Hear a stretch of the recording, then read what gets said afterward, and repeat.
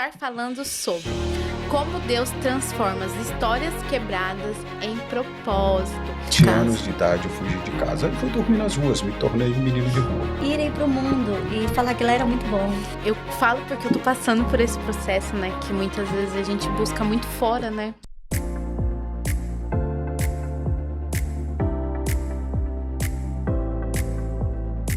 Mais um Natcast no ar. Se você já está nos assistindo, já curta esse podcast, já compartilha. Se você ainda não é inscrito aqui no nosso canal, se inscrevam para vocês ficarem ligadinhos em todos os nossos conteúdos. E hoje vamos ter aqui um assunto totalmente diferente, um pouquinho do Natcast. Vamos começar a trazer esse assunto aqui para o Natcast, pelo menos no início aí uma vez por mês, mas logo a gente crê que vai crescer cada vez mais. E hoje vamos estar falando sobre como Deus transforma as histórias quebradas em propósito. E para estar falando um pouquinho hoje aqui comigo no podcast, eu estou com a pastora Erineia Neres, ela que é também psicanalista. Pastora, gratidão por você estar aqui no Natcast, né? Hoje a gente vai falar um pouquinho da história de vocês. Também estou aqui, né, com o pastor Romildo Neres. Pastor, gratidão por vocês, né, estarem aqui. Para nós é um prazer. No Natcast pra gente falar, né, um pouquinho sobre a palavra, sobre o testemunho de vocês. Recebi bastante mensagem, Amém. com bastante perguntas. Eu falei, Maravilha. Não vai dar pra fazer tudo hoje, mas a gente vai trazendo aí conforme a gente vai conseguindo trazer.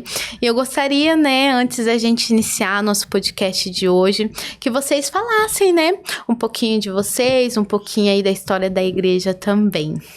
Maravilha. Nós estamos aí há 30 anos já na caminhada, 26 anos pastoreando e estamos com um novo desafio na cidade, que era um projeto de Deus para a nossa vida, dando início aí a mais um projeto para esta cidade, né? E também para o reino de Deus. Nesses 26 anos pastoreando, uns desafios, mas até que Deus tem nos sustentado e nos abençoado. Sim. Pastora, se apresente, né, também aí pro pessoal de casa. Fale um pouquinho aí da história sua também com a igreja. Então, nós estamos aí felizes, né, Nath? Novos desafios. Passamos algum tempo fora de Foz do Iguaçu pastoreando. E ao retornar, retornamos com muitas promessas do Senhor e novos desafios, né? Aí na área psicanalítica, né? O Senhor tem feito muitas promessas que seria de grande valor para o reino do Senhor, né? E temos ajudado bastante vidas. Eu percebi isso, né? Esse tempo todo trabalhando na obra do Senhor. A gente via que a igreja ela se preocupa muito com o exterior, né? E a gente sempre via assim, mulheres que chegavam, jovens que chegavam na igreja sorrindo, mas quando você ia lá no profundo, No profundo, né? havia muitas dores. E Sim. eu comecei a pensar, eu preciso fazer algo a mais por essas pessoas. Então, retornando para Foz, eu coloquei no meu coração, eu vou me profissionalizar, né? Numa área psicológica e para cuidar também do sentimento, das emoções dessas pessoas que vêm ferida, machucada e que precisa de um suporte a mais, né? Sim. E estamos aí, graças a Deus, Deus tem nos honrado, nos abençoado e Deus tem prosperado esse projeto. Sim. Que eu creio que foi diretamente do coração de Deus para as nossas vidas, né? E eu creio muito, né, pastora, também. Eu falo porque eu tô passando por esse processo, né, que muitas vezes a gente busca muito fora, né, pastor? Verdade. E às vezes é realmente dentro e em Cristo, né? A gente procura, às vezes, sempre uma cura atrás de coisas, enfim. E às vezes é realmente o nosso relacionamento aí com Jesus, né, Verdade. que vai nos curar. A gente vai estar falando um pouco sobre isso, né? Sim. Sobre esse vazio que hoje seria a doença do século hoje, né? Seria esse vazio, a busca inconstante por um preenchimento que não consegue alcançar, né? Aí você vai em vários lugares, várias coisas, mas é isso. Sim. Pastor, pra gente iniciar, né? Como que foi o seu encontro aí, né, com Cristo, com Jesus? Como que foi como que era a sua vida antes, né, de Cristo? E como sua vida mudou quando você se reencontrou? Conta um pouquinho do seu testemunho. Então, eu faz em torno já de 43 anos e vivo nessa cidade, né? E chegamos nessa cidade em 1986. Antes de chegar em Foz do Iguaçu em 86, eu já era um menino de rua. Eu praticamente cresci nas ruas, dormindo nas ruas, aos 7 anos de idade, né? E com os 7 anos de idade eu ingressei no mundo das drogas. Comecei pela droga conhecida na época, que era a cola de sapateiro. E isso foi me levando cada vez mais fundo, devido a um problema familiar que eu não aceitava. Uhum. Perdi meu pai muito novo, eu tinha 2 anos de idade quando meu pai morreu. E aí minha mãe teve um outro casamento, e eu, por não aceitar aquele casamento da minha mãe, por não aceitar um padrasto enfim, isso me levou a fugir de casa aos 7 anos de idade. Com 7 anos você fugiu de casa? Com 7 anos de idade eu fugi de casa. Aí fui dormir nas ruas, me tornei um menino de rua. Conheci as drogas e conheci também a delinquência desta cidade, e conheci pessoas que me ingressaram no mundo do crime, onde eu aprendi a roubar, onde eu aprendi a assaltar, onde eu aprendi a bater carteira, onde eu aprendi como se abria um carro, como que roubava. Então eu fui ingressado nesse mundo do crime aos 7 anos de idade. Comecei na droga de sapateiro e fui crescendo, chegando a maconha eu fui para cocaína, e ao chegar aos 15 anos de idade, eu já era um dependente da cocaína. Aos 15 anos de idade, eu já era alcoólatra de não ficar nem um dia sequer sem tomar. Meu Deus. Eram 24 horas bêbado e drogado. 24 horas. Tive a minha primeira prisão aos 17 anos de idade, conheci o que era uma prisão. Saí daquela prisão com o desejo, não, eu vou crescer no mundo do crime, porque para cá eu não quero voltar mais. Então essa minha vida foi até os 19 anos de idade. Aos 19 anos de idade eu cheguei num momento em que eu não tinha mais solução para a minha vida. Não havia mais solução para mim. Porque eu era procurado pelo crime, tentando me matar, e também a justiça, assim dizer, a polícia que procurava, porque na época era muito complicado, o mundo do crime, muito complicado mesmo. Então, aos 19 anos de idade, eu não tinha outra saída, a não ser Cristo.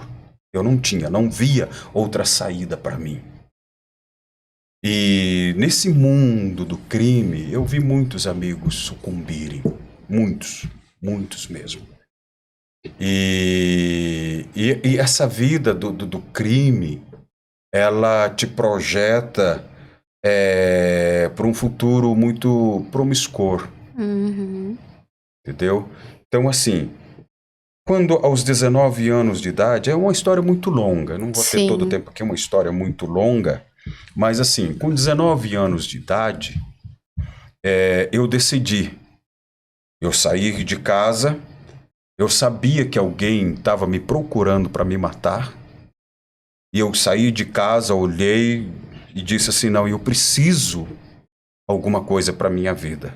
Eu lembro que eu saí, encontrei uma igreja bem pequenininha, tinha umas 4, 5 pessoas, e eu entrei dentro dessa igreja.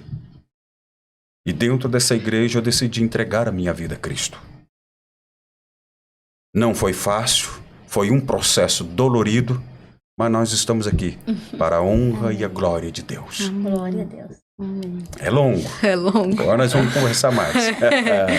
Pastor, e você, né? Como que foi, assim, o seu encontro com Cristo? Você já vinha de uma família que era da igreja? Como que foi? Graças a Deus, Nath, eu nasci num lar cristão, né? Meus pais, todos evangélicos já. E não tive a oportunidade, graças a Deus, né? Que se diz, né? Não tive essa curiosidade, digamos assim, de conhecer o mundo. Nunca tive.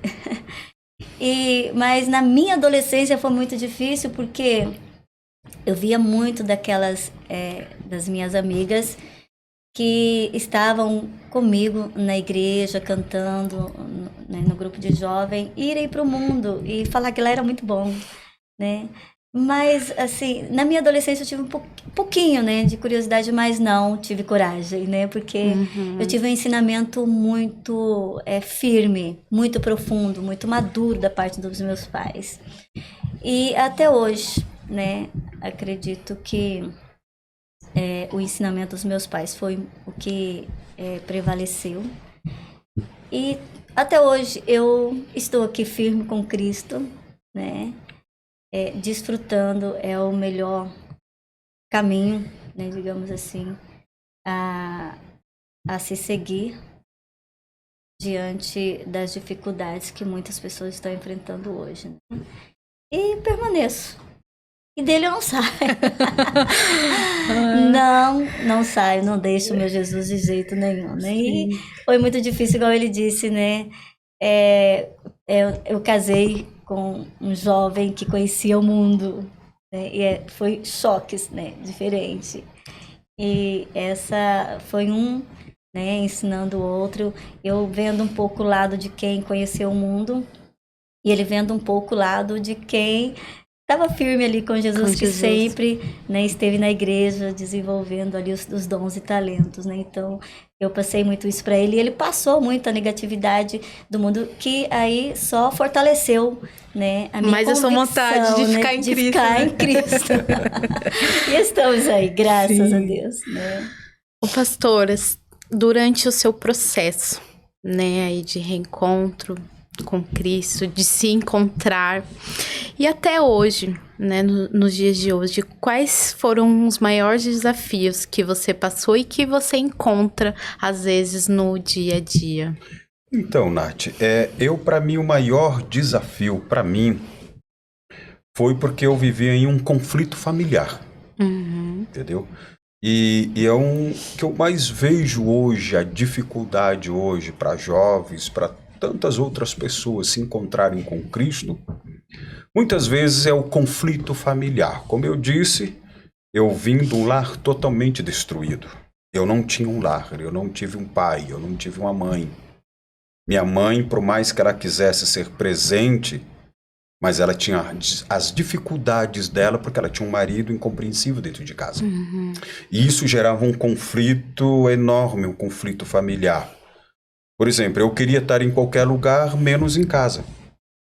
Quando eu entreguei a minha vida para Cristo, foi o primeiro conflito que eu tive, assim, o meu primeiro problema, digamos, a primeira luta, o primeiro desafio da minha vida agora como cristão. Eu com 19 anos, lutando para me libertar das drogas e da bebida, lutando mesmo, era uma luta constante, os amigos me procurando, os amigos, cara, você tá louco, cara, que é isso? Você deixou nós, cara, você nos abandonou. E agora eu venho para casa lutando para ser uma pessoa diferente. Quando eu chego em casa, uma semana após a minha entrega a Cristo, uma semana após isso, eu tive uma discussão com meu padrasto. Quando eu cheguei em casa, eu tive uma discussão com meu padrasto, ele olhou assim para mim, ei, você é crente? Falei, sou. Faz uma semana. Ele olhou para mim assim e disse assim, dentro da minha casa não tem lugar para crente. Ele falou isso para você? Falou. Então foi assim, um dos primeiros desafios que eu tive. Quando ele olhou para mim assim, ó, dentro da minha casa não tem lugar para crente. Foi quando ele me expulsou da casa da minha mãe. E eu fui para a rua e agora eu vou para onde? Meu Deus. Você entendeu? Então esse é o maior desafio de um jovem quando ele entrega a vida para Cristo, quando ele não tem uma base, quando ele não tem uma família que acolhe ele. Então veja, eu já tinha saído do crime, que o crime já tinha me abraçado, me aceitado quando criança, quando eu tinha 7 anos de idade. Agora eu não tenho mais 7 anos, agora eu estou lutando para sair do crime, estou lutando para sair do submundo do crime. Quando eu deveria ser abraçado pela família, acolhido pela família, eu sou jogado da porta para fora. Então esse foi um dos grandes desafios. E você, nesse momento, você pensou em voltar para as drogas, para a bebida, ou não? Você estava firme realmente, decidido, né? Na verdade, é assim, você acaba, no momento desse conflito... Entra em contradição. Você entendeu? Você acaba entrando em contradição.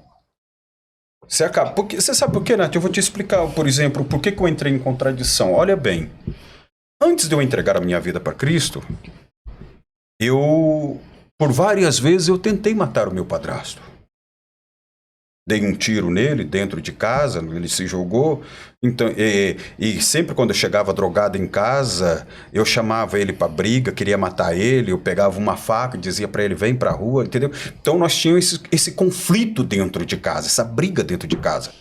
E qual foi a minha reação? Poxa, mas agora que eu estou mudando de vida, respeito ele, não faço mais o que eu fazia, chego consciente dentro de casa e agora essa casa não tem mais lugar para mim, entendeu? Então esse foi assim aquela questão assim, puxa, e agora? E agora? Mas a graça de Deus foi mais forte. Amém. Porque a graça de Deus me abraçou. Aquele abraço de pai que eu não tinha dentro de casa, eu encontrei em Cristo, que me libertou, que me transformou e que me fez o homem que sou hoje, que é o pregador do Evangelho e da palavra dele. Você acredita, pastor, que hoje as pessoas, às vezes, elas tomam essa decisão, né? Aceitam Jesus, querem, mas às vezes por conta aí dos desafios que aparecem no dia a dia, às vezes na família, né? Como você falou um pouquinho, e a pessoa, ela desiste de continuar nessa caminhada? Digamos assim que, como pastor, há muitos anos pastoreando, digamos que 60% ou mais das pessoas voltam para trás. 60% ou mais. Existe uma pesquisa que foi feita no ano de 2021, que essa pesquisa dizia assim, de cada 100 pessoas que vêm para o Evangelho, quando ela não é abraçada dentro de casa e não é encontrada dentro do Evangelho, dessas 100 pessoas, em um ano, permaneceu só 2 no Evangelho. Então, por quê? Esse seria o grande desafio do século.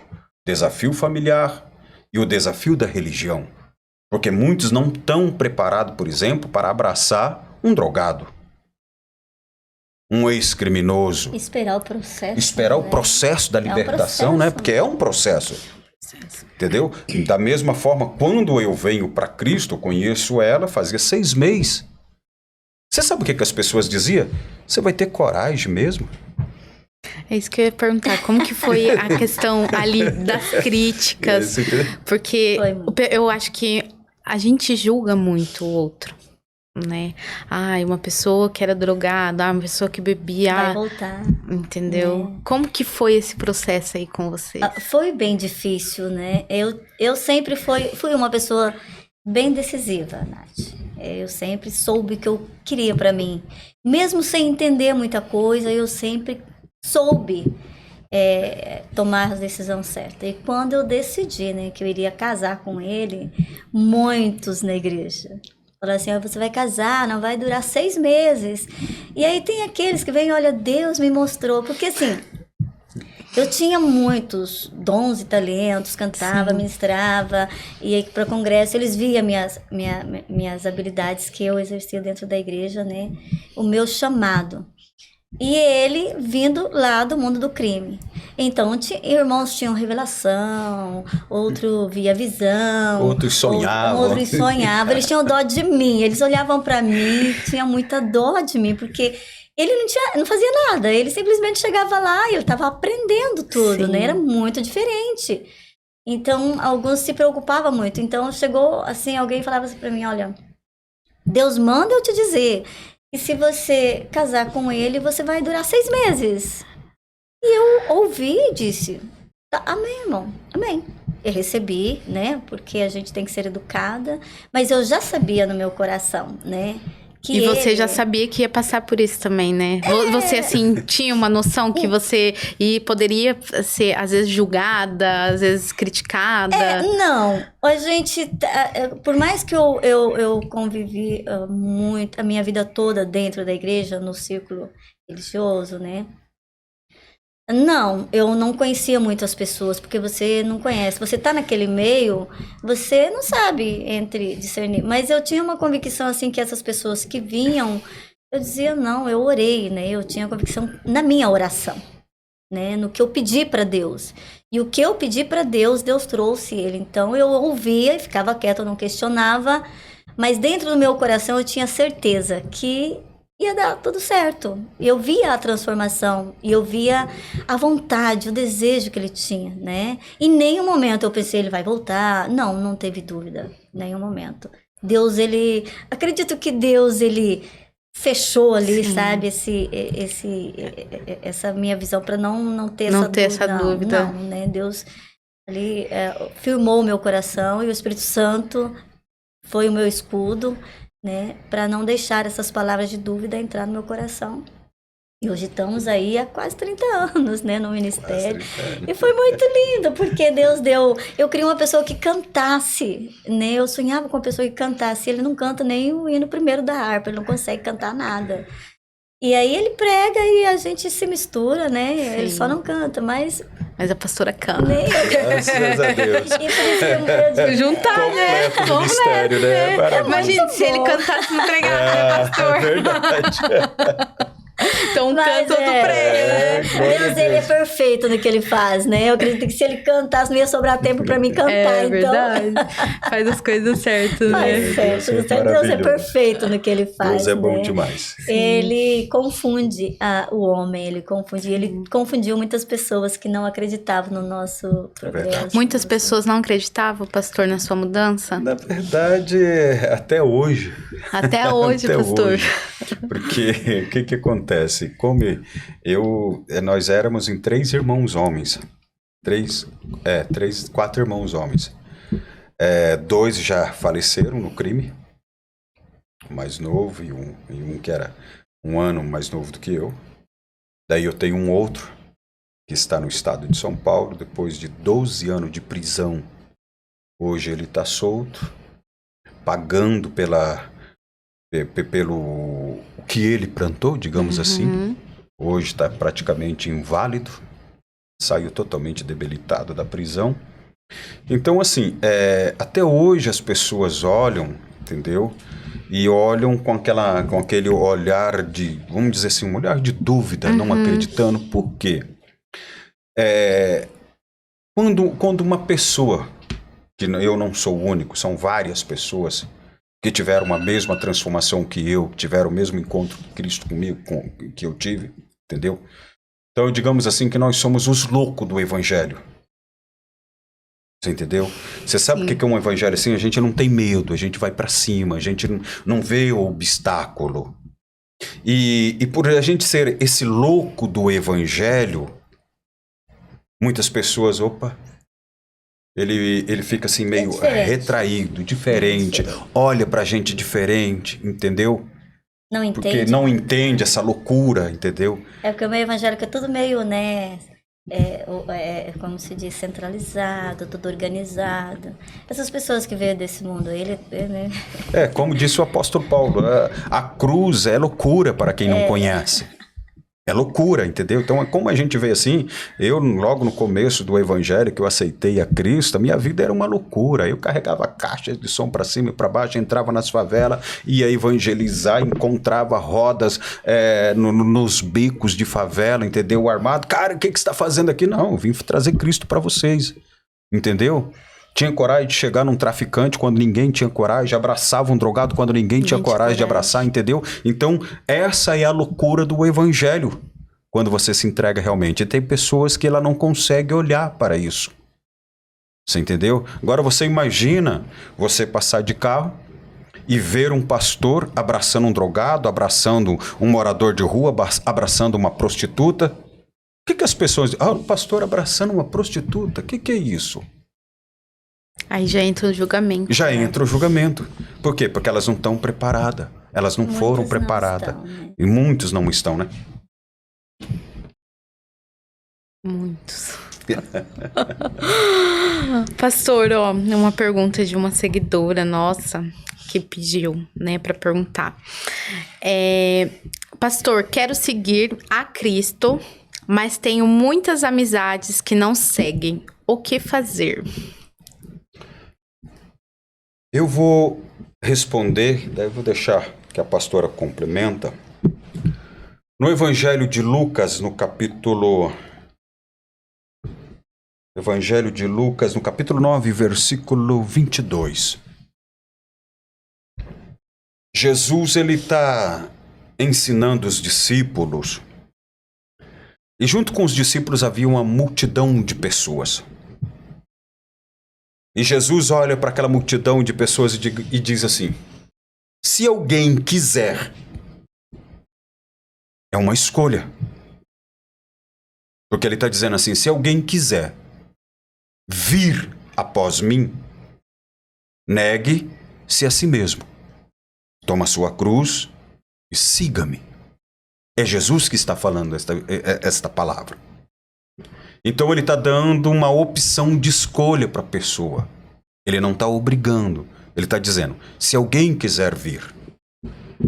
Então eu entendo assim, Nath, que se alguém quiser vir a Cristo, é automático quando você entrega a sua vida para Cristo, é automático os amigos te abandonarem. Não é você que abandona os amigos. Porque você já não consegue mais viver a vida que eles estão vivendo. Assim aconteceu comigo. Quando eu entreguei a minha vida para Cristo, na primeira semana havia um bar que era onde era costumeiro da gente se reunir. E eu passava perto desse bar para ir para a igreja. Os amigos todos se reuniam, caixas de cerveja, litros de uísque em cima da mesa, e batia na mesa e dizia: Romildo, estamos esperando você voltar. E isso aconteceu por várias semanas, até que automaticamente desistiram. Eu tinha amigos que a gente dormia praticamente junto. Praticamente vivíamos 24 horas junto. Aí se você perguntar para mim: onde que está esse amigo? Eu vou dizer para você: olha, o amigo verdadeiro é Cristo. Então o salmista, ele diz, lá no Salmo 1, ele diz assim: bem-aventurado o homem que não anda segundo o conselho dos ímpios, ou seja, segundo o conselho daquele que não conhece a Cristo. Ele está dizendo assim: feliz. Então, para a pessoa que tem muitos amigos e está pensando nos teus amigos, os teus amigos não pensam em você. Os teus amigos vão estar com você enquanto você estiver bem. Nos momentos difíceis, são os primeiros a pularem do barco. Nos aí que conhece, né? Aí que você vai saber. Aí que eu vou conhecer os amigos, né? Aí que você vai conhecer quem anda com você, quem está com você. Aí eu faço uma reflexão, por exemplo, de Cristo. 12 discípulos, mais uma gama de pessoas que andavam com ele. Na cruz, quem é que estava lá com ele? Quantos discípulos estavam com Cristo na cruz? Foi o momento dele, o momento da solidão dele, o momento dele em que os amigos o abandonaram. Servir a Jesus é decisão, né?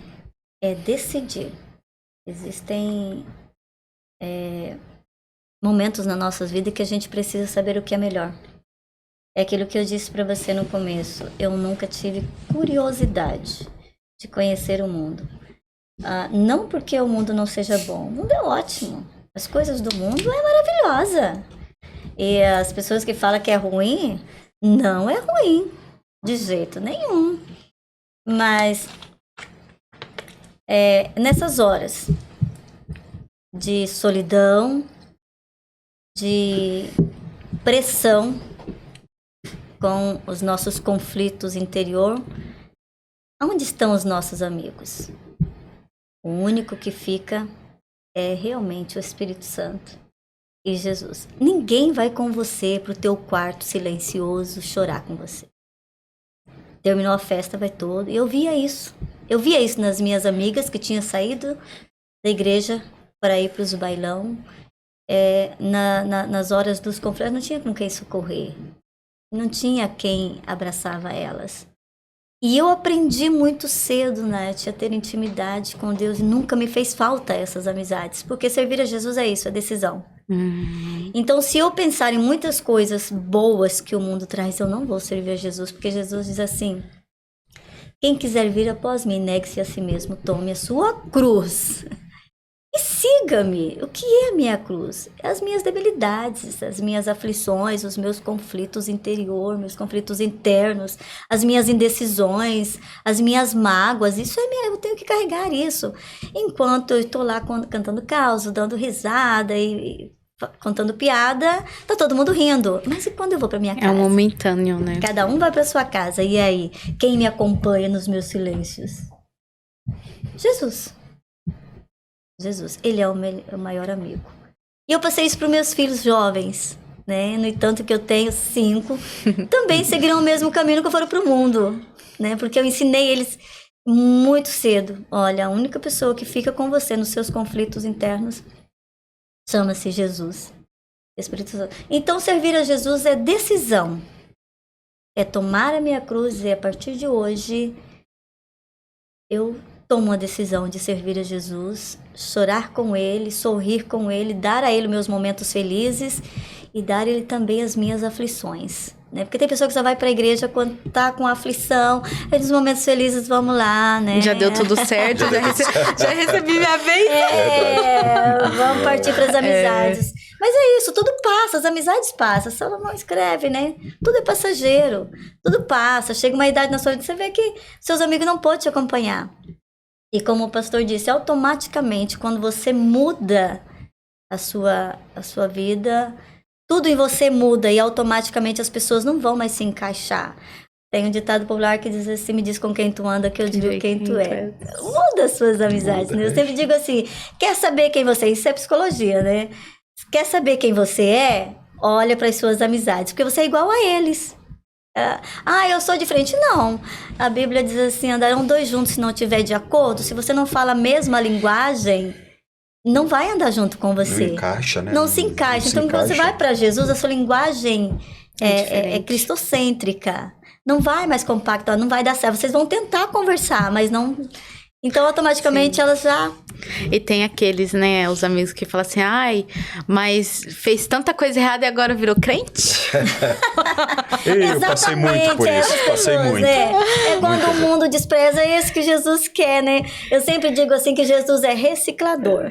Ele vai lá na lata de lixo que ninguém quer, ele diz pra mim... Sabe aquelas pessoas que juntam reciclado, que dentro da sua casa, você diz assim, não serve mais. Aí tem aqueles que juntam reciclado, eu digo que Jesus é essas pessoas. Quando as pessoas dizem assim, não serve mais pra mim, Jesus fala assim, agora isso que eu queria, pegar, vou juntar, vou consertar, né, acertar os parafusos que tá meio, né, Sim. e vou usar, né, então Jesus é esse, e glória a Deus que depois que fez tudo, achou quem abraçou, porque o mundo não abraça então, né, porque se fosse assim, fez tudo lá, vai pro mundo, só julga, abraça. Né, julga, Só criticam, tentam julgamento constante. E que bom que Jesus aceita, né, fez tudo, Jesus aceita. Glória a Deus. Que nós temos um lugar para ir, nós temos um espaço nos braços dele. Que nos acolhe. Que nos acolhe.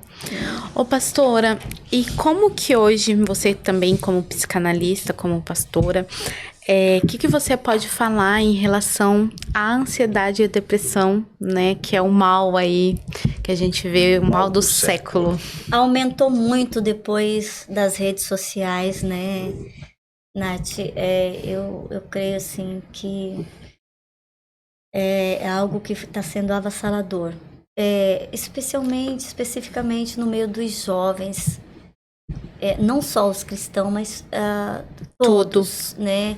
Crianças, né? Mães já me ligaram com crianças de 3 anos tendo crises do pânico, crises de ansiedade por causa das telas. As telas estão aí absorvendo toda a energia né?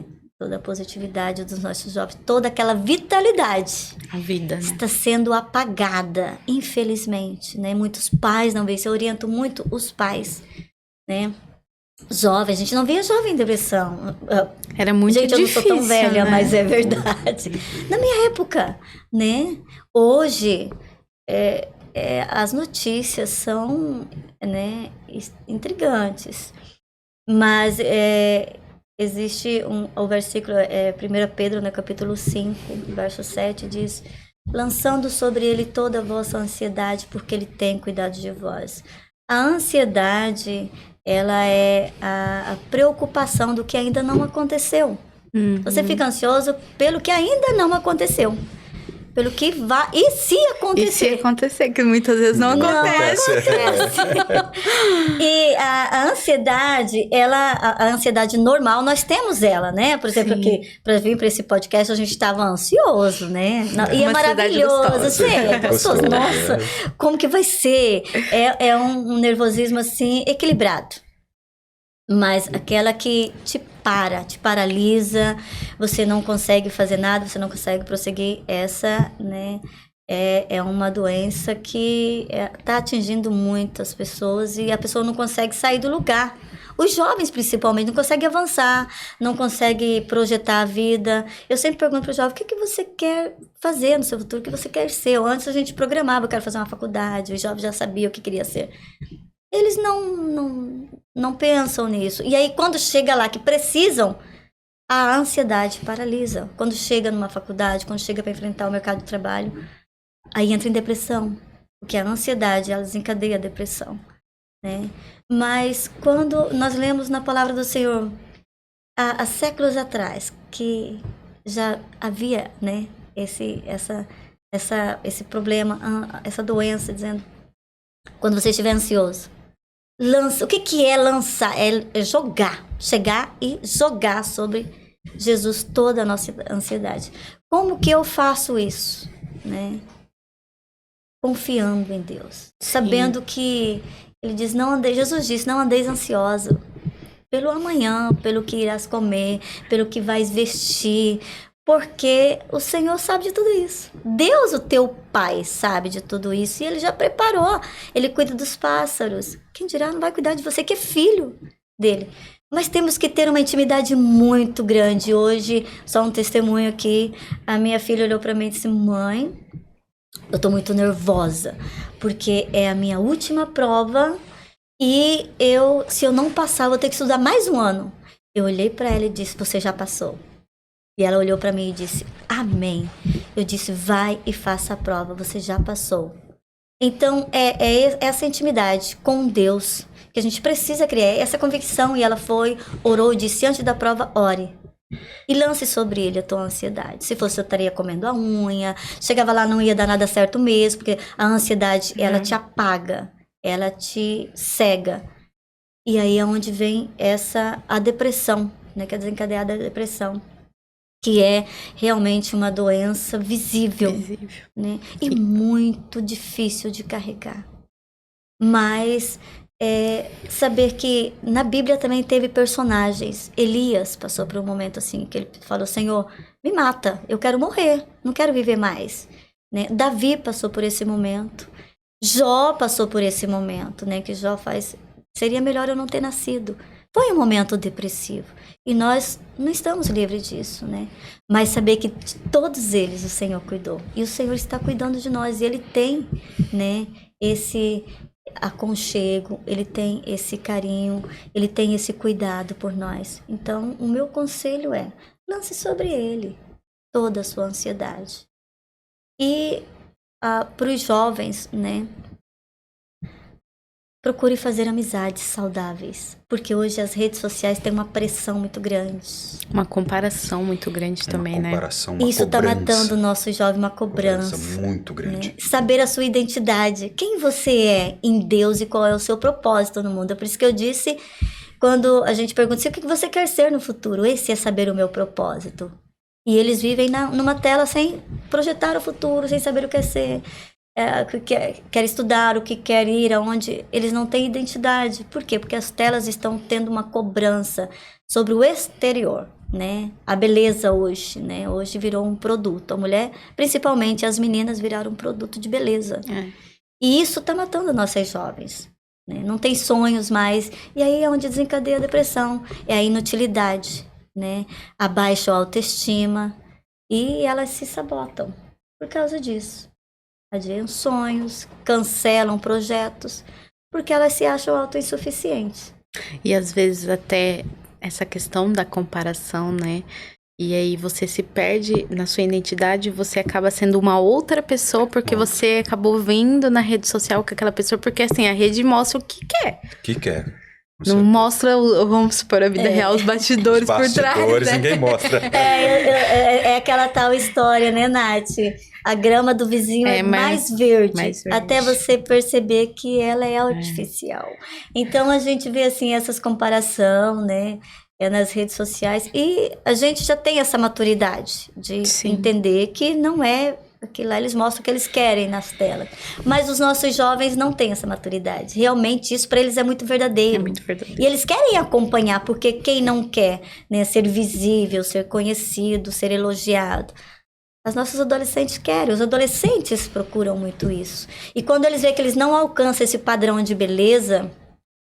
Aí vem a frustração. Vem a frustração. E aí eles se fecham para o mundo, se fecham dentro de um quarto. E os pais não estão percebendo isso. Eu trabalhei muito isso nos meus filhos, né? A autoestima deles. Né? No entanto, que eles são muito bem resolvidos, né? Os meus filhos são muito bem resolvidos.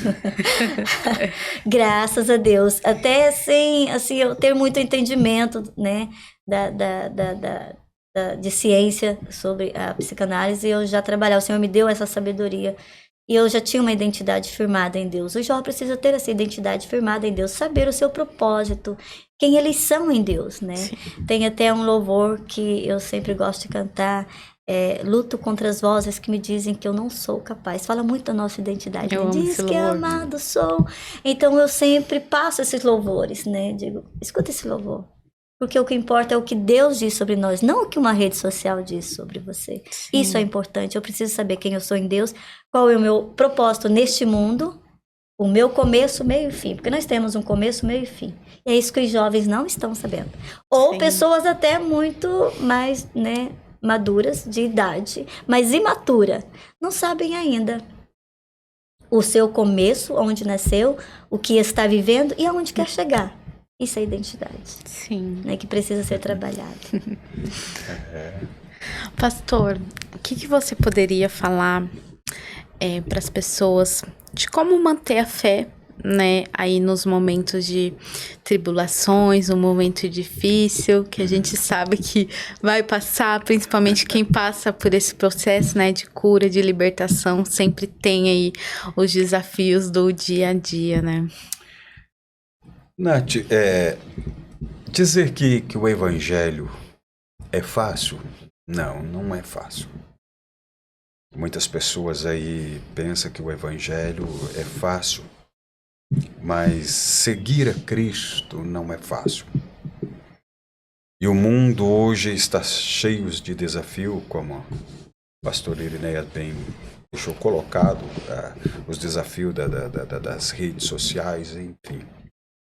Mas uma palavra que eu deixo para a pessoa que está passando por esta aflição, pessoa que está angustiada, pessoa que se encontra no momento dela dizendo assim, não tem mais saída para mim.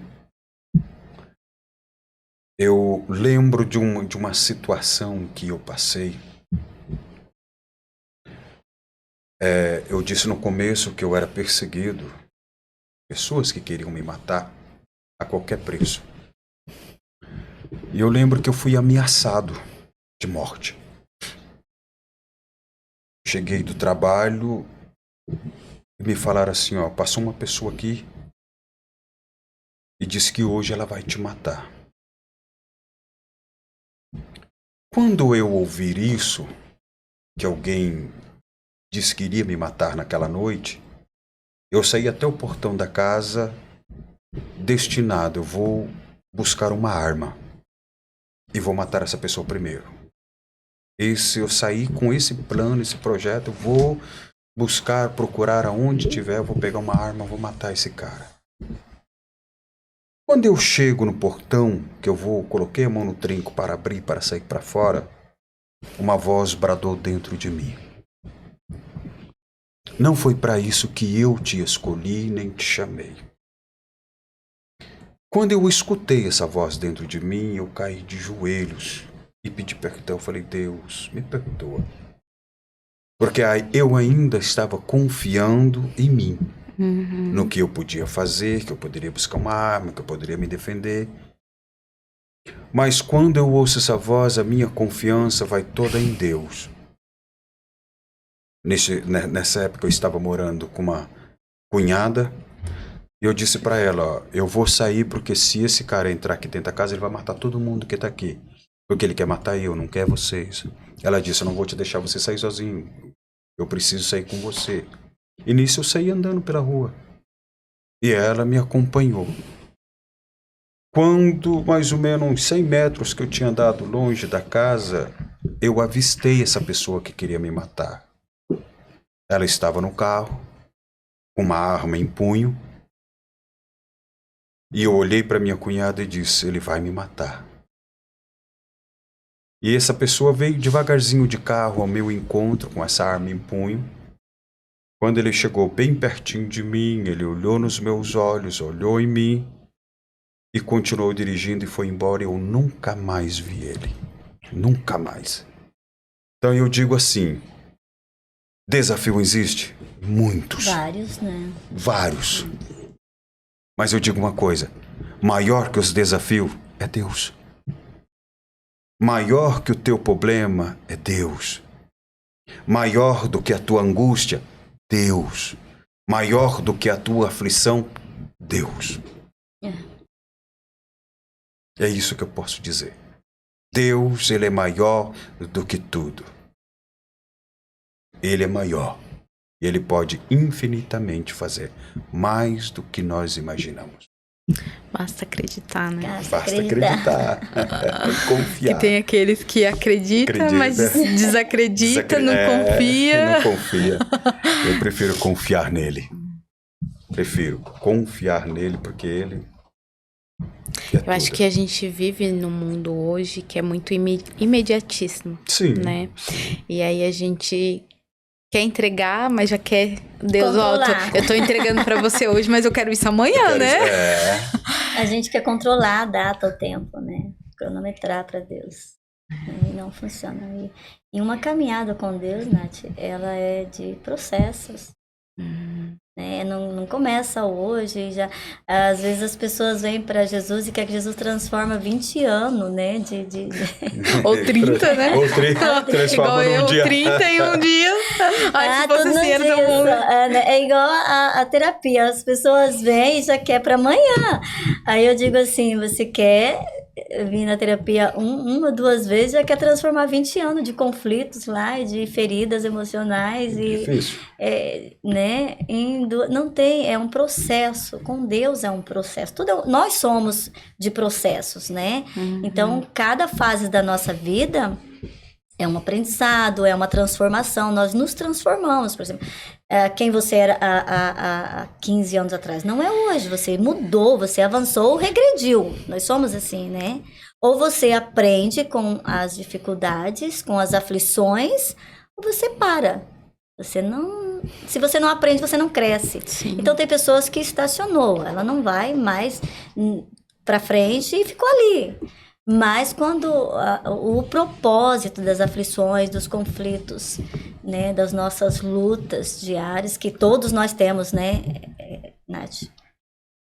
Com Jesus ou sem Jesus nós temos. As pessoas falam assim, a vida com Jesus é difícil. Não, a vida ela é difícil. Ela é difícil, com ou sem. Qual os desafios são, né?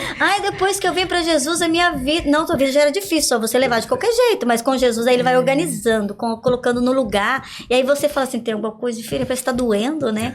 Lá no mundo você não sente, entendeu? Você passa por cima de tudo, você xinga todo mundo, você é do seu jeito... Ok, Jesus Não fala, dói na hora, mas Não depois na dói, hora, né? Depois tem as Vem as consequências. consequências. entendeu? Mas você vai passando. Aí você vai pra Jesus toda moída, né? Toda arrebentadinha. Aí Jesus fala assim, né? Aí Jesus vai colocando no lugar, vai mexendo nas feridas. Aí começa a doer, porque lá no mundo não tem isso. Você dói, você já acostumou com a dor.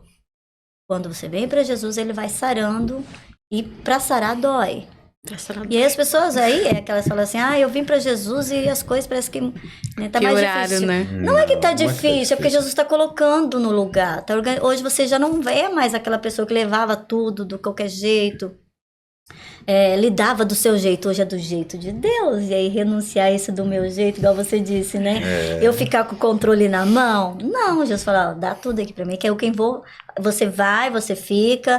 Aí a gente falou assim, peraí, né? Antes eu fazia tudo o que eu queria e agora eu não posso. Dói, claro, né? A gente é teimoso. Sim. Mas esse é o processo, né? Você aprende com isso, então você cresce com Jesus, você cria maturidade. Você fica aquele imaturo que você era, igual o pastor estava falando, né? Que fazia, matava. Né? Agora vem pra Jesus, tem que negar tudo isso. Agora não é do meu jeito. E aí dói, porque a gente é igual aquelas crianças birrentas. Eu quero, é assim, eu quero essa Dói, cor. e Né? dói. E aí com Jesus fala, não, né? E a gente não consegue ouvir o não. E aí é onde fica difícil, que a gente fala assim, nossa, servir a Jesus é muito difícil. Tem que negar muita coisa. Tem que negar muita coisa, porque tem que se ajustar nos padrões, né? Bíblico. No que Jesus escolheu, A palavra, né? Para nós, nos projetos e nos propósitos. Então, depois que você é moldado e você aprende as regras, né, do Evangelho de Cristo, você fala, gente, por que eu não conhecia isso antes? Eu perdi minha vida. Né? Fica muito bom que você tá sarada, curada. Agora vem as feridas, mas Jesus já cura na hora. Né? Você passa aquele processo, mas você tem um médico ali que já está cuidando, tem um psicólogo que está cuidando de você. Jesus é tudo isso, né? Sim. Lá no mundo você não tem nada disso, é você sozinha. Esse é o processo de adaptação do mundo para o evangelho, é o processo de transformação. E você estranha muito, e aí é onde as pessoas acham muito difícil no começo. Mas depois que se adapta, Jesus é bom demais. Aleluia. Maravilha.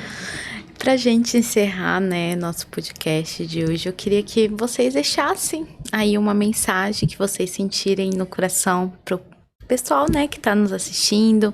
Se quiserem fazer o convite também para quem é daqui de Foz, né, tá indo conhecer a igreja, como que funciona os dias do culto também, pode deixar. Maravilha. Para quem é de Foz, estamos ali na rua Beija-Flor, Portal da Foz, muito conhecido.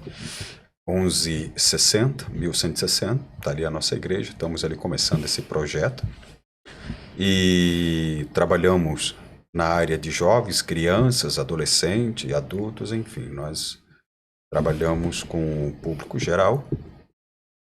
Grandes são os desafios, mas Deus ele está conosco e todos são convidados para conhecer o nosso trabalho e hoje tem a oportunidade de conhecer um pouquinho mais através da Nath. Somos gratos a Deus por tudo isso que Deus está fazendo. E quero deixar aqui uma reflexão no livro do Evangelho de Mateus 11:28, que diz assim: vinde a mim. Agora Jesus está fazendo um convite. E esse convite, Jesus, ele especifica o grupo de pessoas que ele está convidando para seguir ele.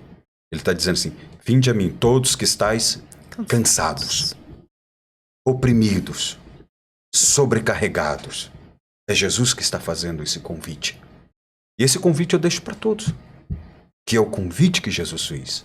Vinde a mim. Quando Jesus disse assim, vinde a mim, ele não está dizendo que é obrigatoriamente você abandonar tudo na hora. Ele está dizendo, vinde a mim. Porque quando eu fui para Cristo, eu estava no crime. Um dia antes, eu estava louco, doido, pirado. E muitos outros que eu conheci que foram para Cristo da mesma maneira. Mas eu decidi ouvir esse convite. Vinde a mim. Sabe por quê, Nath? Que tem pessoas que eu já vi, pessoas que já falaram para mim: o dia que eu parar de fumar, eu vou servir a Cristo. O dia que eu parar de beber, eu vou seguir a Cristo. O dia que eu parar isso, eu vou seguir. É o famoso, não vou. Entendeu? Então, ele já determinou na vida dele que ele não vai, que é difícil. É. E uma vida com Cristo é uma renúncia de cada dia. É uma decisão. É uma decisão. Eu vou servir a Cristo, mas quem vai fazer a parte da transformação não sou eu. Porque a transformação com Cristo é de dentro para fora, não de fora para dentro. Tem pessoas que pensam: não, eu vou me transformar primeiro, meu estereótipo, depois eu vou... Não, com Cristo não é assim. Com Cristo é de dentro para fora. E quando essa transformação de dentro para fora é feita com Cristo, o corpo todo formoseia, o rosto, o brilho do Espírito, tudo muda. Ele é outra pessoa, as palavras mudam, as coisas mudam. Tudo se torna diferente. Então essa é a minha palavra. Romanos, 3:23 diz: porque todos pecaram e destituídos estão da glória de Deus. E Cristo veio para restituir nós a glória de Deus.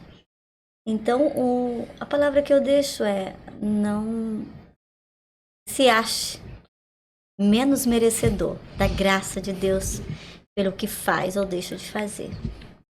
Os nossos pecados não justificam quem somos. Nós somos justificados por Cristo. Então, se nós formos pensar, porque a primeira coisa que o inimigo faz, Nath, é nos dar um senso de não merecimento, não pertencimento à cruz de Cristo. E as pessoas, elas acreditam nas mentiras, porque a Bíblia diz que o inimigo ele veio para matar, roubar e destruir. E ele veio para fazer isso, e ele está fazendo isso. Então, como o pastor disse, tem pessoas que falam assim: eu vou deixar primeiro. Jesus disse: vinde, você que está cansado. Você está cansado de quê? Estou cansado dessa vida, estou cansado de estar mergulhado nisso, no que eu não quero mais isso para minha vida. Então venha do jeito que está, mergulhado mesmo, traga tudo para cá, para Jesus. E ele está dizendo: eu vou aliviar. Eu é quem vou tirar isso de você, não é você. Então, quando a pessoa ela diz: eu vou deixar primeiro, ela está desmerecendo o poder de Cristo. Sim. E Cristo está dizendo: não, eu quem faço isso, não é o seu papel fazer isso. Não é sua responsabilidade tirar isso de você. Uhum. Eu sei o jeito certo. Então, as pessoas, o inimigo está acusando, dizendo assim: você é muito pecador. Mas o pecado, por exemplo, o pastor que diz, uma pessoa que está no mundo, na mesma posição que o pastor estava, não é diferente de mim, né? Não é mais pecadora que eu. Não, eu sou uma pecadora justificada, essa é a diferença. Sim. É suscetível a errar também. Mas o mesmo sacrifício na cruz do Calvário que alcançou a mim, está para alcançar esta pessoa. Ela merece o perdão de Cristo. Assim como eu fui alcançada pelo perdão de Cristo. Não é porque eu nasci num lar evangélico que eu tô... isenta, né? Não, este sangue me lava todos os dias, né? Ele me perdoa todos os dias. E não existe pecadinho e pecadão. Tem pessoa que fala assim: esse pecado é maior. Não existe pecadinho. É pecado, é pecado, né? Diante de Cristo, Então, a glória de Cristo alcança. Né? Todos pecaram e estavam destituídos da glória de Deus. E é para isso que Jesus veio. Para salvar a mim, salvar a vocês, salvar todos aqueles que o inimigo tem colocado no coração, que ele não merece. Que ele está fora do alcance da graça. Graça alcança. Amém. A todos. Quero agradecer, a pastora, o pastor por estar aqui, por aceitar esse desafio comigo, porque olha, o negócio tá tenso. Mas eu falo tudo que vem, para ele já vinha há muito tempo, para começar a trazer também um pouquinho sobre a palavra, sobre ele, testemunho, que eu acho que testemunho identifica muitas as pessoas, claro. Porque às vezes a pessoa fala: eu preciso estar limpo para ir a Cristo, e não é, gente, não é desse jeito, não. Então eu quero aí agradecer, Amém. né, vocês por estarem aqui no Natcast. Estamos Disposição. gratos. Obrigada por essa oportunidade. Já estou esperando aí o O próximo. próximo. Falar de Jesus é bom. Falar de Jesus é bom. E se você chegou até o final deste episódio e ainda não deixou a sua curtida, deixe sua curtida, deixe o seu comentário, o que vocês acharam do podcast de hoje, o que vocês querem que a gente traz aqui no podcast também, né? Quais assuntos, perguntas pode mandar pra gente, tanto no YouTube, no Instagram. Se você ainda não compartilhou esse conteúdo, esse episódio, compartilha. Se você ainda não é inscrito aqui no nosso canal, se inscrevam. E eu espero vocês no próximo Natcast.